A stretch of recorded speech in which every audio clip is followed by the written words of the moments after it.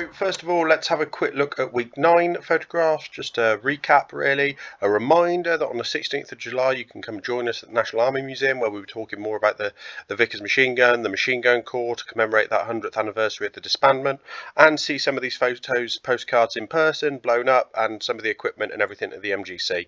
So yeah, come along 16th of July 2022. So nothing really sort of jumped out, I don't think, on any of the postcards that we were looking at last week.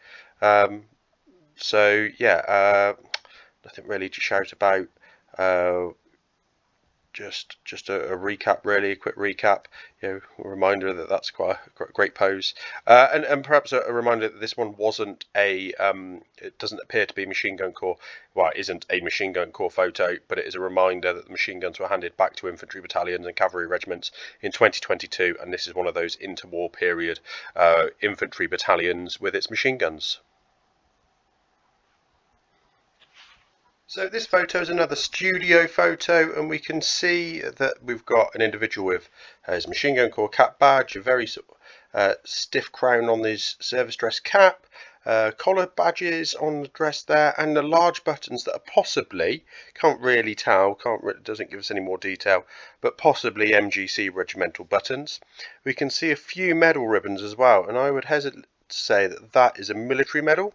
Looks like the military medal there, so possibly post-war. That could be, there's another medal on this end there, that could be a 1415 star, but then it could be that actually is just the 1415 star and the victory and war medals here. So yeah, it could just be post-war, and he's got his regular or expected campaign medals. A 1914 pattern belt there with the snake buckle that we can see, nice lanyard. Not sure what shoulder titles he's wearing, maybe it's just MGC. Carrying a pair of gloves, which is very snazzy of him, and where it looks like he's wearing breeches, or certainly quite tucked in trousers, and then his puttees and quite nicely polished boots. So sort of pretty standard studio shot of a private in the Machine Gun Corps, unless that's a badge. No, that's that's our watermark, not a badge of rank. So he's private in the Machine Gun Corps, very smart one too. On the back of that photo, there's loads of information, and that information was given by the great-grandson, Dave Corcoran, in April 2007. So various selection. Basically, in summary, we've got Private George Smith, born 1884. His motor machine gun service number was 509 in the Royal Artillery. He went to France with 8 battery on the 29th of May 1915. He'd come across from the Liverpool Regiment, where his number had been 32549. He'd enlisted in that on the 7th of November 1914. He later transferred to the Tank Corps, number 309975, in 1917 there, wounded in July 1917 at Ypres by a gunshot, right shoulder, with burns on his back. Eventually discharged on the 5th of April 1919, became an air raid warden in the Second World War, and died peacefully in hospital in Liverpool in 1967, aged 83. How great is to have just a life story really there written on the back of this postcard. Now this is a little unusual because it shows 3 Vickers machine guns, which is not an establishment of anything. So perhaps they've lost one, in battle and yet to be replaced, because this certainly looks to be in France or Belgium. It certainly looks to be on the Western Front. Our main reason for telling that now sometimes is the fact that we've got that ammunition belt that's full of ammunition, but they do look a little bit war-weary individuals. We've got the 2 officers sat in the middle, and we can see that single star there. So a second lieutenant there, with his Sam Brown as well, and we've got a number of other ranks with the Machine Gun Skill at Arms badge above the corporal stripes on that one. Corporal here. Can we see any other? We've got Lance Corporals and the Sergeant sat next to him there, all with Machine Gun Corps cap badges, some with the wire still in on the Sergeant on the crown there. We've got a mix of 1914 pattern equipment and 1908 pattern equipment on the individuals, with pistol order, 1914 pattern pistol order there for that individual. So and what have we got on the ground? We've got he sat there with his bayonet as well. The Anything else sort of jumping out? No, everything else sort of looks. This is interesting. So his ammunition pouches do look empty on this one at least. So yeah, they have got, they're not carrying full equipment. You can see on the puttees there that we've got that chevron, that we start to see that inverted chevron, the fold in the puttees, and some of the equipment looks to be worn really low. So I don't know, empty pouches, isn't it, that's causing some of this, that it looks a little bit more tighter. And he doesn't look like he's got any pouches at all, with just his 1914 pattern belt on there, but it looks like he has got one of those gore blimey caps with the ear flaps that come over and fold on top. Yeah, this chap next to him has as well, so that's quite interesting. Probably dates it a little bit earlier, perhaps early in 1916. So yeah, so great to see that. We'll have a quick look at the guns. So we've got this one with a 5-arch top cover in the Mark 1 sight there. So that's a pre-1916 gun, very early made. But we've got no direction dial, but looks like we have got an elevating wheel cover on that one. Mark 1 muzzle cone fluted jacket, and it looks to be like a number 6 belt box, where we've got the first half of the lid folded back, and then it's not opened fully. So yeah, it looks to be like the number 6 belt box there. No studs, maybe no hobs in the boots, or very few hobs in the boots. Another number 6 belt box.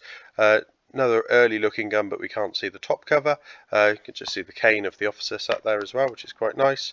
And this one, another 5-arch top cover there. Ammunition belt, number 6. Yeah, I'm going to say number 6 belt box. So that all makes it, sort of supports that view that it may be like early 1916, early to mid 1916 for that photo. Unless anybody tells me any different, that's what I'd assume. So actually the back tells me something different. So it says it's 14th Battalion. So battalions were formed in the early part of 1918. I don't think maybe it is that late. But 11th Section B Company of the Machine Gun Corps. And we've got that recognised guillemot, postcard printer, or the photographer there as well. And it says, from your brother Tom. We can't identify, there's nothing to tell us which sections and stuff Tom was in on the database, and there's too many Thomases or Toms in the 14th Battalion to really narrow it down, sadly, because we don't have the index cards to tell us which sections had which men. Those just don't exist. Maybe trawling the war diary might identify some Thomases within 11th section. We'd have to look a bit deeper to do so.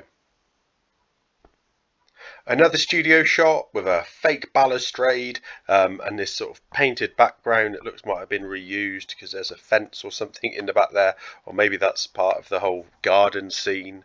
But we've got this Great Machine Gun Corps infantry, so we can just see the eye underneath the MGC on his shoulder title there. Got MGC Sergeant with some overseas service on his the overseas service chevrons on his front right sleeve there, and some medals there as well. So what are we looking at medal wise? Is this a post-war photo, or are they bravery and campaign medals?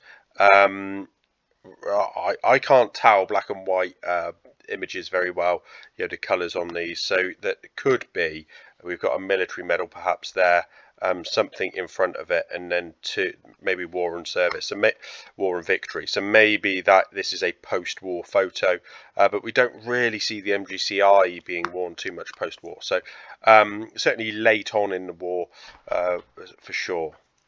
And then at the bottom we can see that he's not actually wearing any puttees. He's just got rolled up trouser legs, which is a little bit different, a little bit interesting. So walking out dress, or maybe.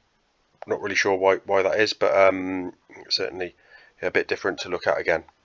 So on the reverse we can see that it says it's taken in 1919. It then says something on the right hand side here that I can't quite work out, 1921. But 1919 post-war, so highly likely to be a couple of awards, or maybe one award, and the 1914-15 Star and War and Victory medals. Here it looks like we have a whole section, so the two guns, or subsection, 2 guns with 5-arch top covers, so nice early guns. Number 3 on the tripod there, so maybe it is a subsection, second subsection in the section. What does the other gun tell us? Yeah, same again actually. So 5-arch top cover. No real setup around these. We've got Mark 1 direction dial and a Mark 1 elevating wheel on these, and you can just see that some of the lightning on the breech casing as well. Yeah, but nobody sat behind them, which is a little bit different, a little bit unusual. We've got a chap down here, private, good conduct stripes. Got 3 of them on his forearm there. Looks like he's got 2 wound stripes underneath. But you can just see a triangle there as well. Because of some of the other work we're doing, this might be it's a 182nd Machine Gun Company. Use that triangle in a dark green, so it could be that. But it could, yeah. There are so many that use these different shapes or use the same shapes of different units if they're in different colours that it's really difficult to nail it down. MGCI shoulder titles as well. Still got the wire in that crown. Still got the wire in a couple of the crowns of the caps. We've got a this is interesting. We've got a sergeant here, but rather than having an MGC above his stripes, it looks like he's got either cross swords of a physical training instructor or maybe cross rifles of a musketry instructor. And you can see that triangle on this chap's arm as well. What else can I say? So yeah, 2 officers. 08 pattern belts on most of them, but 1914 pattern on some. Nice closed collars on many. Yeah, nothing really much more to say. But I think that might be 182nd Machine Gun Company by the looks of it, which then formed part of 61st Battalion. As is so often the case, there's nothing on the back to help us, sadly, other than it was taken in France. And another studio shot with balustrade, must have been plaster of Paris or something, or very light materials that made these easy to move around, because they're not fixed unless they really were just dragged around stone. I can't imagine that. They look a bit too fake. And then this the studio screenshot behind it. So yeah, nice MGC cap badge, MGC collar badges that we see much later in the war, and then into Germany 1919 onwards. And I would say this is post-war, but maybe like late 1918, early 1919, because there's no medal ribbons up yet. Great folding on the putties, nice shiny boots. So yeah, post-war studio shot of the MGC. And this is interesting because it's Valentine's, 44 High Street and Marine Studios, Folkestone, London and Provinces, and FW Parrott. So this, I think that's a different postcard or a different photographer to what we've seen before. Shorncliffe became the home of the MGC as it was disbanded in 1922. So maybe this is that sort of post-war period, and we're starting to see individuals without medal ribbons. Maybe I wouldn't have thought so. So maybe it's 1919. Maybe it's before they went across. There is a memorial to the Machine Gun Corps Cavalry at Folkestone if you ever get down that way to have a look at it. Now this is a great section photo, so we can see all 4 guns, so it is the full section, but also we can see the horses and the limbered wagons. We're really privileged to have a limbered wagon in the collection, which is great, and the symbol on the limbered wagon shows that this is 8th Division. So although that isn't written on the board, number 1 section A Company MGC, it's actually number 1 section A Company of the 8th Battalion Machine Gun Corps. So we can really nail it to a specific unit and a specific section, which is brilliant. We can see the 4 horses here. We can see the portions of the limbered wagon. 2 of these is that all 4 limbered wagons halves? Yes, it could be. We should be seeing another 4 horses there, so that might be 1 set of limbered wagons, or maybe they were just using 2 horses at this point if they were getting desperate for horses. So the limbered wagon carries 2 guns in it and all the equipment to support that subsection. Ammunition, I think it's 7,000 rounds carried within the limbered wagon, so 3,500 rounds in each, in belt boxes ready to go. So it's and then you carry some additional ammunition spare as well. So I think it's 2,000 rounds in individual boxes. You can see number 8 belt boxes here, which fit that sort of latter part of the war. And the guns, we've actually got, looks like we've got Mark II muzzle cones on these as well. Looks to be some words on the back of that limbered wagon up in here, but I can't really say what those say. But we can see that the limbered wagons are marked up with the koi and then that's sort of the number of the wagon in the company. MGC shoulder titles, a couple of officers sat in the middle there with their collar badges on as well. A few medal ribbons dotted about, but the men aren't in their personal equipment at all. So yeah, we've got another 2 guns, both with Mark II muzzle cones and number 8 belt boxes down the end here. But yeah, great to see those limbered wagons with the wagon covers in place as well.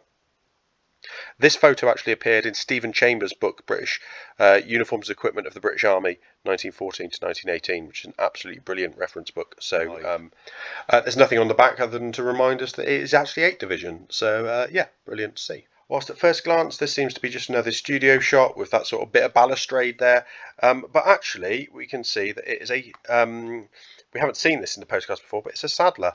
So, you know, a specific trade of the Machine Gun Corps was the saddlers. So that's the bridle and bit, or sorry, a bit of horse bit. So, yeah, that was the trade badge there.